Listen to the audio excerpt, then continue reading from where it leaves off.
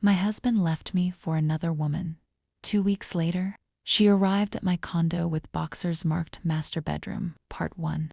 My husband announced he was leaving me for another woman while our fifth cake sat untouched between us. Grant had invited two couples we had known for years to a restaurant in Uptown, Charlotte. I thought he was trying to make up for forgetting our anniversary the year before. Instead, he placed both hands on the table and said, "There's someone else. Her name is Sienna." No one looked at me. Grant continued in the same calm voice he used with difficult clients. "We tried to fight it, but Avery and I have been over for a long time." That was news to me.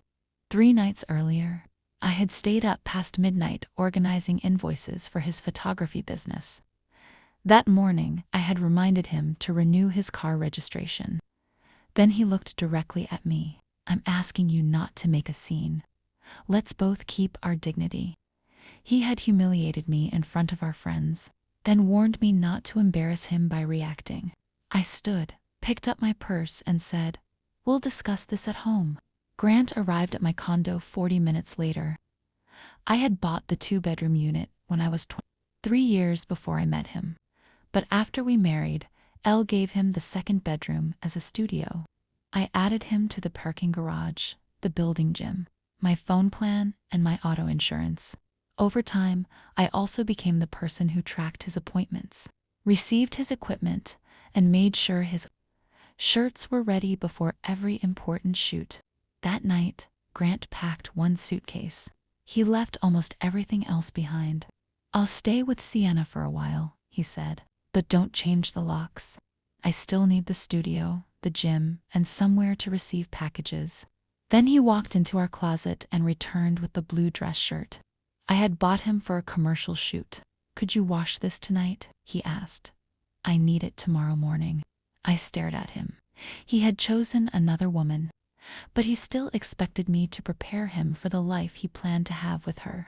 "Are you leaving our marriage?" I asked. "Or are you just changing the woman who sleeps beside you?"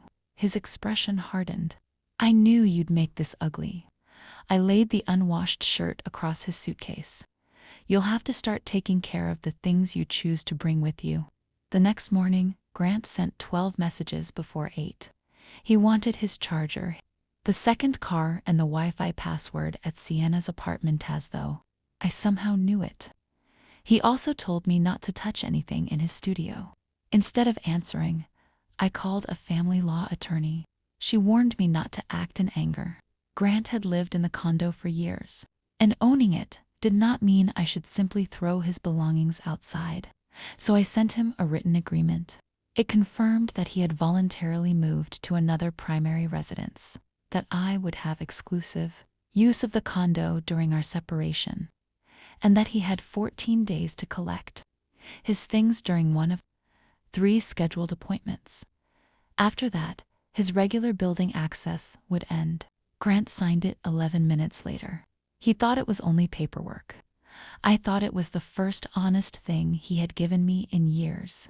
Over the next several days, he missed 2 pickup appointments, but continued telling everyone I was being bitter. Then, while I was between patients at the pediatric clinic, the condo manager called me. "Avery Marisol said carefully, I need to confirm your freight elevator reservation for Saturday morning." I didn't reserve an elevator. There was a pause. "The form says you approved a woman named Sienna Blake to move into your unit." My hand tightened around the phone. "I never signed that." Marisol lowered her voice. "Then you need to know they've already hired the movers." Part 2. Marisol emailed me the move-in form while I stood alone in an empty therapy room. Grant had listed himself as the current resident. Sienna Blake was listed as the new occupant. My name had been typed into the owner approval box, but that was not the part that made the room seem to tilt. Near the bottom was a line labeled, "Current resident moving out." Grant had entered my name. He had told Sienna the condo belonged to both of us. He had told his mother I was trying to lock him out of a home he helped build. Now I understood the full story he had been selling. Grant was not planning to ask permission to bring his girlfriend into my condo. He was planning to arrive with movers while I was away and make everyone believe I had already agreed to leave. I forwarded Marisol the agreement Grant had signed, along with the 3 dates I had offered for him to collect his belongings. His access ends at midnight Friday, she said, exactly as the notice states. Saturday morning, I returned from my conference early. Through the glass lobby doors, I saw Sienna standing beside a brass luggage cart loaded with suitcases, garment bags, and a tall green plant. Behind her were 3 large cardboard boxes. One said kitchen. Another said office. The last one, written in thick black marker, said master bedroom. Grant lifted his key fob toward the security gate and pressed it to the reader. Part 3. The light on the reader flashed red. Grant frowned, pressed the fob against it again, then wiped it on his sleeve and tried a 3rd time. The same red light appeared. Behind him, Sienna stood beside the luggage cart, one hand resting on a box marked master bedroom. The movers had gone completely quiet. "This thing is broken," Grant said.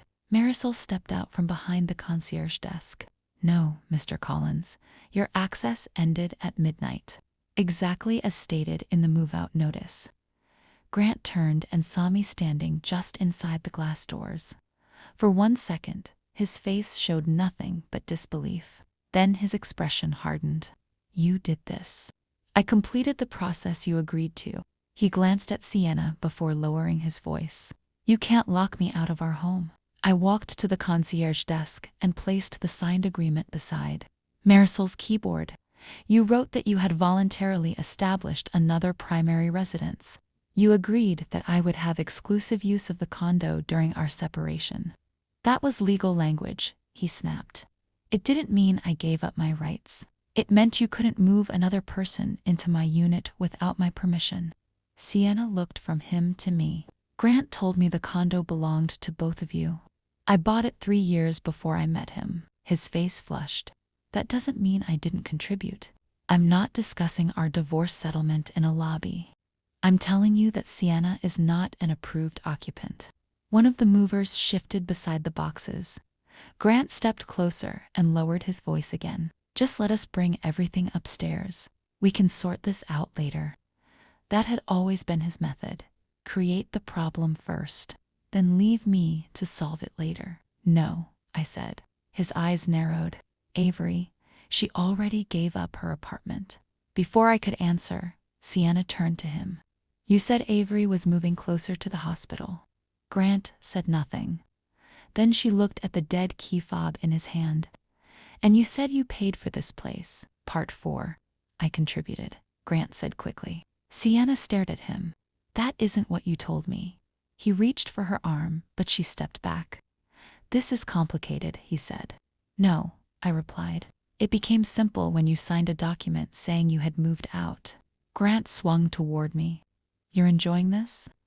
I'm not the person who invited movers here." He pointed at the boxes.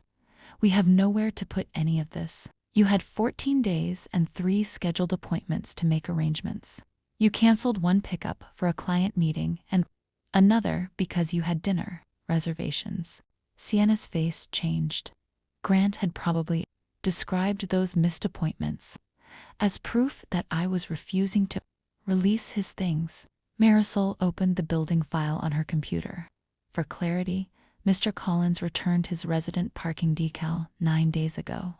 He provided a new primary address and acknowledged that his regular access would end last night. Grant glared at her. "This is a private marital matter. The move-in policy is a building matter," Marisol replied. "And the owner did not authorize a new occupant." Sienna looked down at the box beneath her hand. "You told me Avery approved the move." "I said she knew about it." "You typed her name into the approval box." Grant's jaw tightened. "Because she was at a conference. It was a technicality." "A technicality," Sienna repeated. He lowered his voice. "Don't let her turn you against me." She looked at me, then back at him. "You told me she was controlling. You said she used money to punish you." "She is proving that right now," Grant said. "I told him exactly when his access would end," replied. "I offered him 3 chances to collect his property. I never agreed to leave my home." The lobby fell silent. Sienna studied Grant as if she were finally seeing him without the expensive condo, the parking garage, and the polished story surrounding him. "If this place isn't yours," she asked, "what else have you been calling yours that actually belongs to her?" Grant had no answer. Sienna raised one hand toward the movers. "Put everything back on the truck." Grant spun toward her. "Don't overreact." She gave him a long, stunned look. "You told me she was the difficult one." Then she followed the movers through the lobby doors, leaving Grant beneath the red light with a key that no longer opened anything. Part 5. Grant watched the truck pull away, then turned on me. "You humiliated me. I followed the agreement you signed. You could have warned me." "I did, in writing." More than once, his voice dropped. "Let me upstairs now. I'll take my things and we'll talk. You can collect your property during a supervised appointment." His face twisted. "You're treating me like a criminal." "No, I'm treating you like someone who tried to move another woman into my home while I was away." He looked toward Marisol, perhaps hoping she would soften the situation. She did not. "Contact the office to arrange access," she said. "The owner has already approved a supervised pickup." 4 days later, Grant returned with a rented van. A building employee remained near the open door while he carried boxes.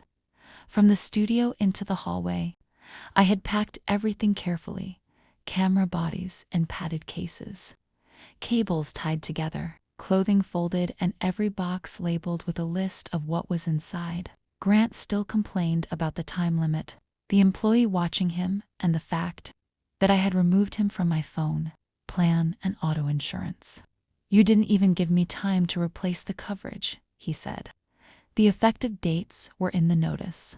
You know, I need the car for work. The car is titled in my name." He stared at me as if saying it aloud made me cruel. For years, I had solved every inconvenience before he felt it. Now each ordinary responsibility seemed to him like punishment. When the final camera case was in the hallway, Grant stood in the empty second bedroom. Without his lights and backdrops, the room looked larger than I remembered. "You didn't have to make this so hard," he said. I thought about the anniversary dinner, the blue shirt, the package addressed to Sienna, and my name typed undercurrent resident moving out. "I didn't make your choice hard, Grant. I stopped making it easy." For once, he had nothing clever to say. He lifted the final box and walked into the hallway. I closed the door behind him. The lock clicked softly. For the first time in years, the condo was completely quiet. At first, the silence felt enormous. Then it began to feel like space. Part 6. For several days, I left the second bedroom empty. I would stand in the doorway after work and look at the pale rectangles on the walls where Grant's photographs had hung. The room no longer felt abandoned. It felt returned. For years, I had wanted to create a small telehealth space for families whose children needed physical therapy, support between clinic visits. I had kept postponing it because Grant always needed more room for lights, backdrops, or equipment. Now I painted the walls, moved a desk near the window, and filled the drawers with resistance bands, therapy toys, and neatly labeled supplies. The dining table changed too. There were no camera batteries charging beside my dinner plate, no invoices waiting for me to fix, and no handwritten reminders for appointments that were not mine. The first time I ate there alone, I cried. Not because I wanted Grant back. I cried because I finally understood how much of myself had disappeared into keeping his life running. A few months later, when the therapy room was finished, I invited my sister, to close friends, and Marisol to dinner. There was food on the table, yellow tulips in a glass, vase, and laughter that did not depend on me solving anyone's emergency. Near the end of the evening, Marisol handed me a small envelope. "Your new guest fob," she said. I turned it over in my palm. For a moment, I thought about the red light in the lobby and Grant's shocked face when the door refused him. Then I handed the fob to my sister. She often drove our mother to appointments and sometimes stayed with me after my late shifts. "You sure?" she asked. "Yes. The door had never been the problem. Neither had trust. The problem was believing that once I opened my life to someone, I was no longer allowed to decide when their access should end. Grant had wanted a new woman while keeping the home, the car, the organization, and the invisible labor of the wife he had discarded. I did not destroy his new life. I simply stopped providing it. I had not become colder. I had learned that love could offer someone a key. It did not owe them the house forever.